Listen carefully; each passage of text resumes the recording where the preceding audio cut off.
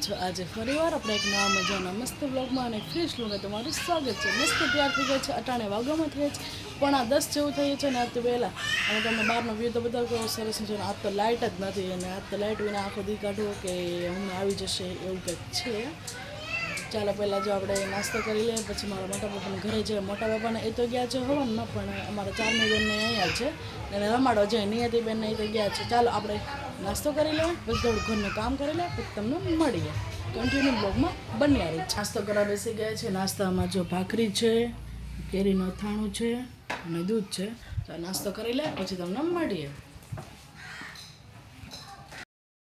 પહેરો ચશ્મા પહેરો.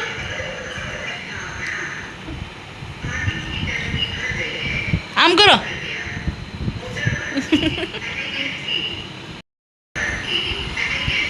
નિયુ ક્યાં?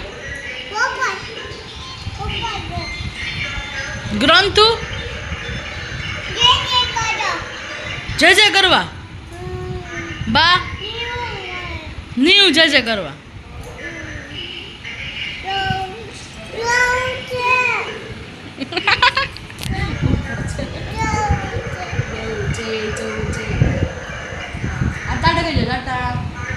આમ કરો આમ કે લાઈક કરો લાઈક કરો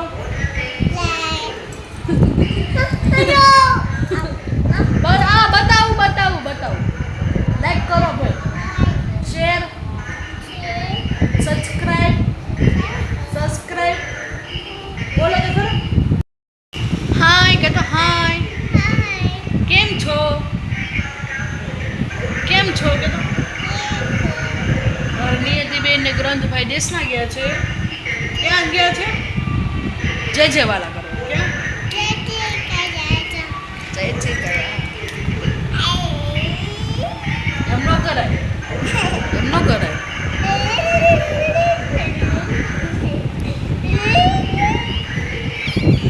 જો નખરા કરે તમે જોયા ને.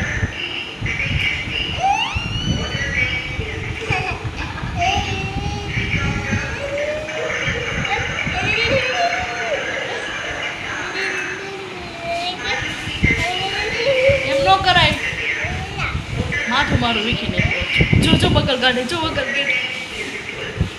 ચાલો ટાટા કહી ગયો પછી મળીએ આપણે નિયતિબેનનું રિઝલ્ટ લેવા જવાનું છે. હા આવું તારે મારે ભેગું આવું છે નથી આવું એને જ લઈ જવાની આપણે એકલા જવાનું જવાનું ને જો પાટા મારેશ એમ ન કરાય.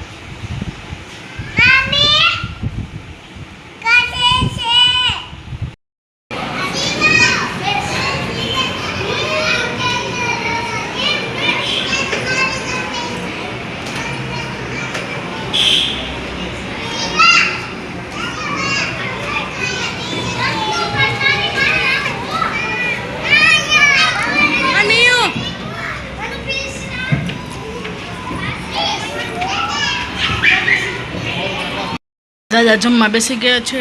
જમવામાં જો દાળ ને રોટલી ને છાશ ને એવું છે અને આપણે જમવાનું બાકી છે. આપણે ભૂખ નહીં આપણે થોડું ખાધું એટલે સવારે પછી ખાઈ લઈશું. આવજો ઘરે આવતા રહ્યા છે 4 મિનિટ મારી. ચાલો પછી આપણે મળીએ.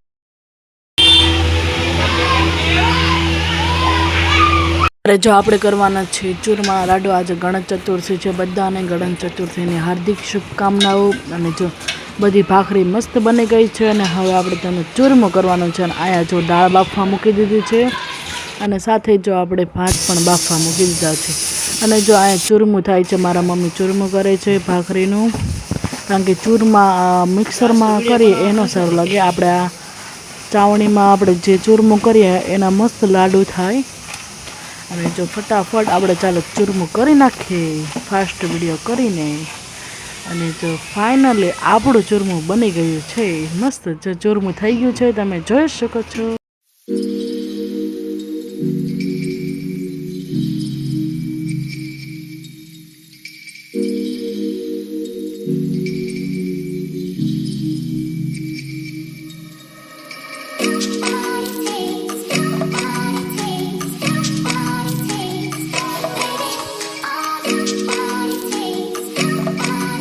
વાડામાં જો બધા છોકરા બેટ બોલથી રમતા હતા અને જો રાડો પણ હજી નાખીએ છીએ અને જો પછી ઘી ગરમ કરવા મસ્ત મૂકી દીધું છે અને આપણે જો પહેલાં આપણે ઘી ગરમ કરી નાખીએ એમાં થોડુંક પહેલાં ઘી મૂક્યું કારણ કે આપણે ગુંદ તળવાનો છે ગુંદ આપણે તળવાનો છે શેકવાનો એ તો ખબર નહીં આ તળવાનો છે એટલા માટે એટલે જો આપણે ગુંદ મસ્ત તળી રહ્યો છે તમે જોઈ શકો છો અને જો બહુ અવાજ આવતો હતો ને સાંજે બધું ટીવીને શરૂ હતું ને એટલે હે ને આપણે બોલ્યા નહોતા એટલે આપણે અલગથી અવાજ વોઇસ કરીએ છીએ અને જો મસ્ત આપણે ગુંદ મસ્ત તળાઈ ગયો છે કારણ કે ગુંદનો અમારા ઘરે ગુંદ ઓછો ખાય તો એનો ભૂકો કરીને અમે નાખીશું કારણ કે આમનો ગુંદ નાખીએ ને તો બધાને કચ મોઢામાં થાય એટલા માટે અને જો ફાઇનલી આપણે થોડોક એવો જ આપણે ગુંદ તળ્યો હતો અને ફાઇનલી જો આપણે ગુંદ મસ્ત તળાઈ ગયા છે બધો અને પાછું ઘી થોડુંક એડ કરી દઈએ પાછું કારણ કે લાડવા કરવાના છે એટલે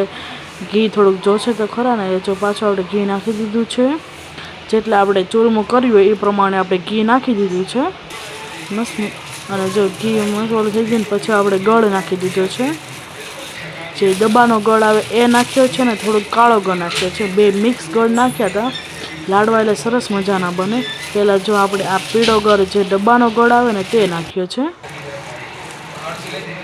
સ્વાદ પ્રમાણે તમે જેટલું ગળ્યું ખાતા હોય એ પ્રમાણે આપણે નાખવાનું હોય અને જો ગળ નાખી દીધો છે ને પછી આપણે કાળો ગળ જે દેશી ગોળ છે ને એ નાખી દીધો છે અને જો તમે ખબર પડી ગઈ ડિફરન્સ એ બે ગળમાં કેટલો ફરક પડે છે એ તમને ખબર પડી ગઈ અને ફાઇનલી ચાલો ઓગળી જાય તેની વાટ જોઈએ હું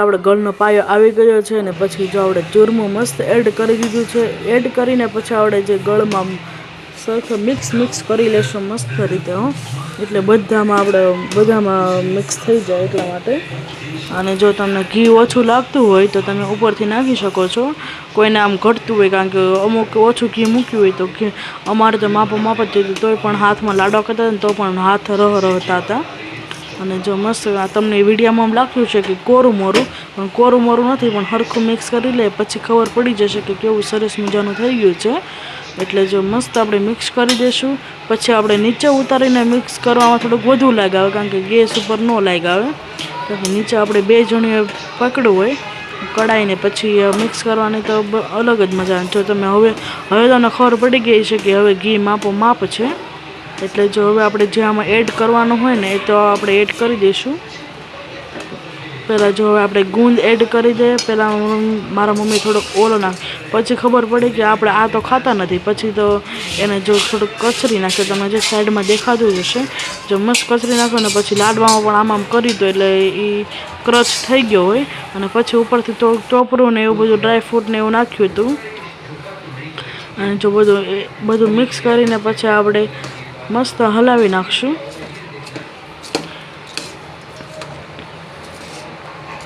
જો મસ્ત થઈ ગયું છે હવે આપણે એને નીચે ઉતારી લઈશું ગેસની નીચે કારણ કે લાડવા કરવાના છે એટલા માટે અને હલાવવામાં એટલું બધું લાગ આવતું નહોતું એટલે પછી અમે એને કઢાઈ નીચે લઈ લીધી હતી અને જો પછી આપણે એવું લાગ્યું કે ટોપરું થોડુંક ઓછું પડે છે તો પાછું મમ્મીએ ઉપરથી પાછું ટોપરું નાખ્યું અને પાછું મસ્ત રીતે મિક્સ કરી લીધું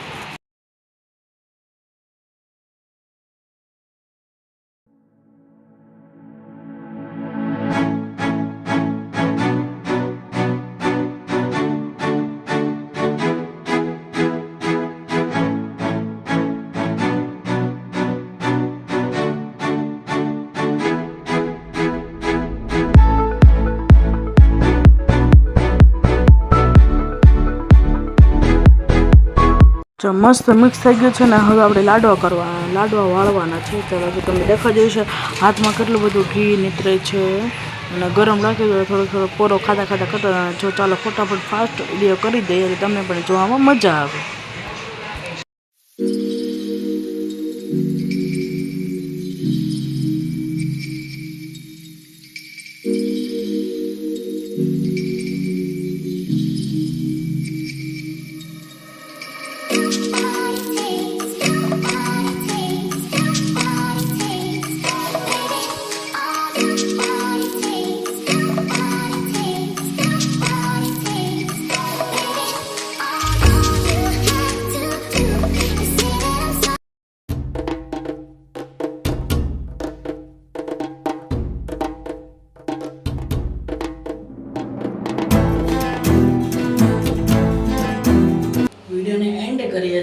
વિડીયોમાં આટલું જ હતું.